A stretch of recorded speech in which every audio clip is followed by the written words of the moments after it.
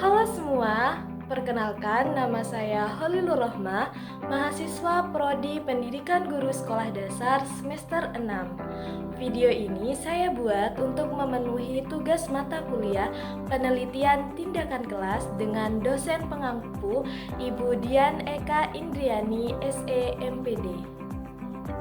Saya dari kelompok 3 yang beranggotakan yang pertama ada Muhammad Erwin Rusdiansah, kemudian saya sendiri Holilur Rohma dengan NIM 21488111047. Kemudian ada Ahmad Fahmi, Musayana, Umar Faruk, dan Tarisa. Di sini saya akan memaparkan modul 3 tentang merancang penelitian tindakan kelas yang terdiri dari 2 kegiatan belajar. Kegiatan belajar 1 yaitu mengenai langkah-langkah penelitian tindakan kelas. Kemudian kegiatan belajar 2 yaitu mengenai rencana dan proposal penelitian tindakan kelas. Kegiatan belajar 1 yaitu langkah-langkah penelitian tindakan kelas. Adapun langkah-langkah perencanaan PTK itu ada 2, yaitu yang pertama menemukan dan merumuskan masalah, yang kedua mengembangkan alternatif tindakan. Untuk penjelasan lebih lanjutnya simak video berikut ya. Menemukan dan merumuskan masalah. Dalam merencanakan PTK, langkah awal yang harus ditempuh adalah mengidentifikasi masalah dalam pembelajaran sehari-hari. Menemukan masalah pembelajaran merupakan langkah awal dalam PTK. Masalah pembelajaran sangat beragam, seperti masalah yang berkaitan dengan strategi pembelajaran, hasil belajar siswa, sarana dan prasarana pembelajaran, atau kurangnya motivasi siswa dalam belajar. Jadi, yang dimaksud dengan masalah dalam pembelajaran sehari-hari itu bisa jadi dari hasil belajar siswa, sarana dan prasarana yang kurang memadai, atau kurangnya motivasi siswa dalam belajar. Lalu, bagaimana cara memilih masalah dari sebanyak masalah yang dihadapi? Yang pertama yaitu identifikasi masalah. Identifikasi masalah dapat dilakukan dengan berbagai cara, seperti melakukan refleksi untuk mendiagnosis pembelajaran yang kita kelola, melihat hasil belajar siswa, atau melakukan diskusi dengan teman sejawat, bahkan dengan kepala sekolah atau dosen LPTK. LPTK itu yaitu Lembaga Pendidikan Tenaga Kependidikan. Jadi, cara yang ditempuh itu beraneka ragam, tergantung masalah yang dihadapi. Nah, menurut Abimanyu tahun 1999, kriteria yang digunakan untuk menguji kelayakan masalah untuk diatasi melalui PTK adalah yang pertama, jangan memilih masalah yang tidak dikuasai. Kedua, ambillah topik yang skalanya kecil dan relatif terbatas. Ketiga, pilih masalah yang dirasa paling penting. Kemudian yang keempat, usahakan dapat dikerjakan secara kolaboratif. Dan yang kelima, kaitkan masalah PTK dengan prioritas rencana pengembangan sekolah. Kemudian cara yang kedua yaitu dengan menganalisis masalah. Masalah yang sudah diidentifikasi perlu dianalisis agar akar penyebab masalah dapat kita temukan. Analisis ini penting untuk memperoleh jawaban apa yang menyebabkan terjadinya masalah tersebut, serta apakah masalah tersebut benar-benar memerlukan PTK untuk mengatasinya. Jadi, masalah dalam pembelajaran tersebut harus segera kita atasi, jangan terlalu berlarut-larut. Tapi sebelum mengatasinya, kita harus mengetahui apa penyebab atau apa akar dari permasalahannya. Nah, kemudian bagaimana sih cara menganalisis masalah? Analisis masalah dapat dilakukan paling tidak dengan 3 cara, yaitu yang pertama merenungkan kembali masalah tersebut dengan melakukan introspeksi atau refleksi melalui pertanyaan yang diajukan pada diri sendiri, mengapa masalah tersebut sampai terjadi. Yang kedua, bertanya kepada siswa baik melalui angket maupun wawancara langsung tentang persepsinya terhadap pembelajaran. Kemudian yang ketiga, menelaah berbagai dokumen seperti pekerjaan rumah siswa, soal-soal ulangan, serta hasil ulangan atau latihan siswa.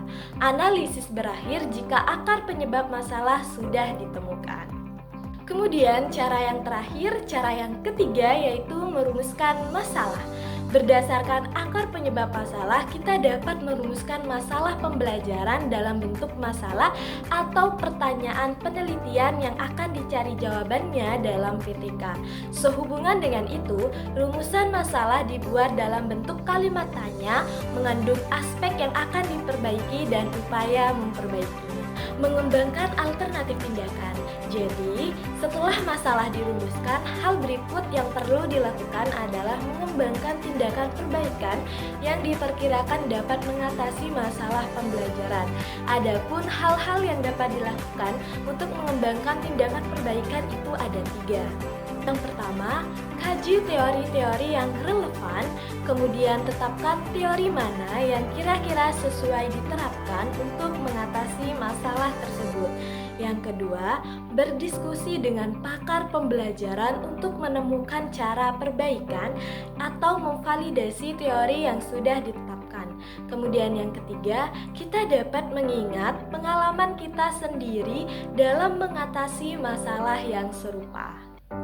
Setelah menetapkan alternatif tindakan, tindakan tersebut perlu kita kaji ulang dengan mencermati apakah alternatif tersebut sesuai dengan yang pertama, teori pembelajaran dan teori pendidikan, yang kedua, hasil penelitian yang relevan, yang ketiga, hasil diskusi dengan teman sejawat, para pakar dan peneliti lainnya, yang keempat, pendapat dan saran pakar pendidikan, serta yang kelima, pengalaman guru sendiri dalam melakukan pembelajaran.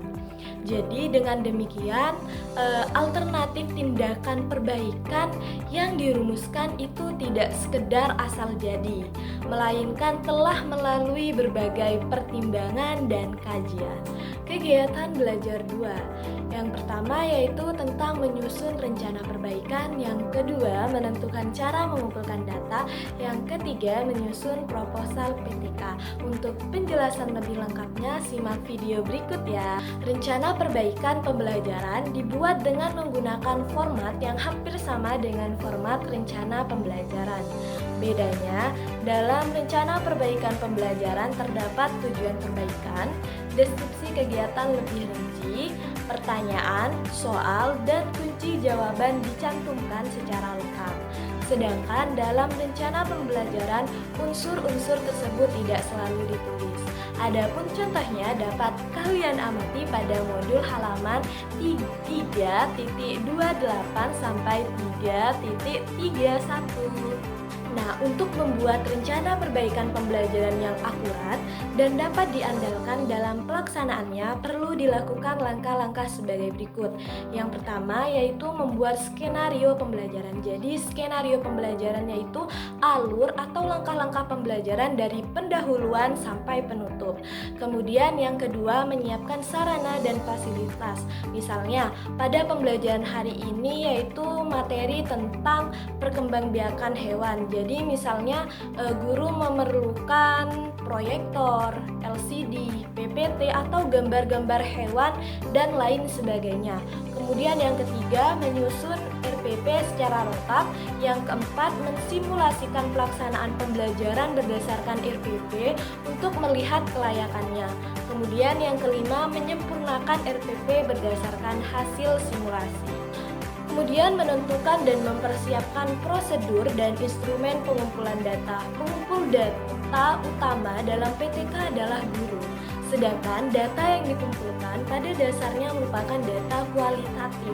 Pada umumnya, setelah menyusun RPP dan mensimulasikannya, maka selanjutnya yaitu menentukan bagaimana cara mengumpulkan data dan instrumen apa yang akan digunakan. Tentu saja, cara dan instrumen pengumpul data harus disesuaikan dengan tujuan perbaikan yang dirancang, karena ketercapaian tujuan inilah yang menjadi fokus pengumpulan data. Prosedur dan alat pengumpul data ditentukan berdasarkan masalah dan tujuan perbaikan. Karena data yang dikumpulkan lebih cenderung kepada data kualitatif, maka prosedur dan alat pengumpulan data dapat berupa observasi dengan menggunakan lembar observasi, wawancara berdasarkan paduan wawancara, catatan guru, dan refleksi. Setelah semua proses dilalui, langkah terakhir yaitu menyusun proposal PTK. Apa sih proposal PTK itu? Proposal atau usulan merupakan satu dokumen yang berisi tentang rencana suatu kegiatan pendidikan yang dirancang oleh para pengusulnya. Dokumen tersebut memaparkan secara jelas apa yang akan dikerjakan, mengapa hal tersebut dikerjakan, siapa yang terlibat dalam kegiatan itu, apa yang akan dihasilkan dari kegiatan itu, bagaimana dan kapan kegiatan tersebut dilaksanakan, serta yang tidak kalah pentingnya berapa anggaran yang diperlukan untuk melaksanakan kegiatan tersebut. Terkait dengan proposal PTK, hakikatnya juga tidak jauh berbeda dari proposal dalam bidang penelitian lainnya. Proposal ini diajukan oleh guru atau satu tim yang terdiri dari dosen LPTK yang berkolaborasi dengan guru untuk memenuhi satu persyaratan yang dikeluarkan oleh sponsor. Nah, format PTK umumnya yaitu yang pertama, ada judul penelitian, yang kedua bidang kajian, yang ketiga pendahuluan, yang keempat perumusan dan pemecahan masalah, yang kelima tujuan penelitian, yang keenam manfaat hasil penelitian, yang ketujuh kajian pustaka, kemudian ada rencana dan prosedur penelitian, kemudian ada jadwal penelitian, biaya penelitian, personalia penelitian, daftar pustaka, dan terakhir yaitu lampiran-lampiran. Untuk format proposal PTK biasanya ditentukan oleh sponsor atau penyelenggara. Dari segi administratif, proposal dapat bervariasi, namun dari segi substansi kePTK-an pada umumnya sama. Jadi tergantung juga dengan sponsor atau penyelenggara. Jadi format ini dapat bervariasi.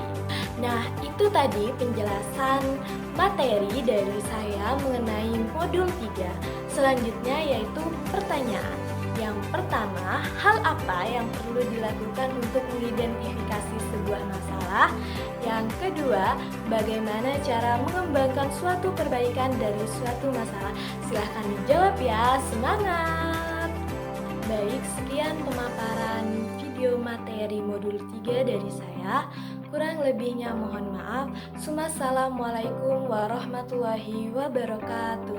Terima kasih semua.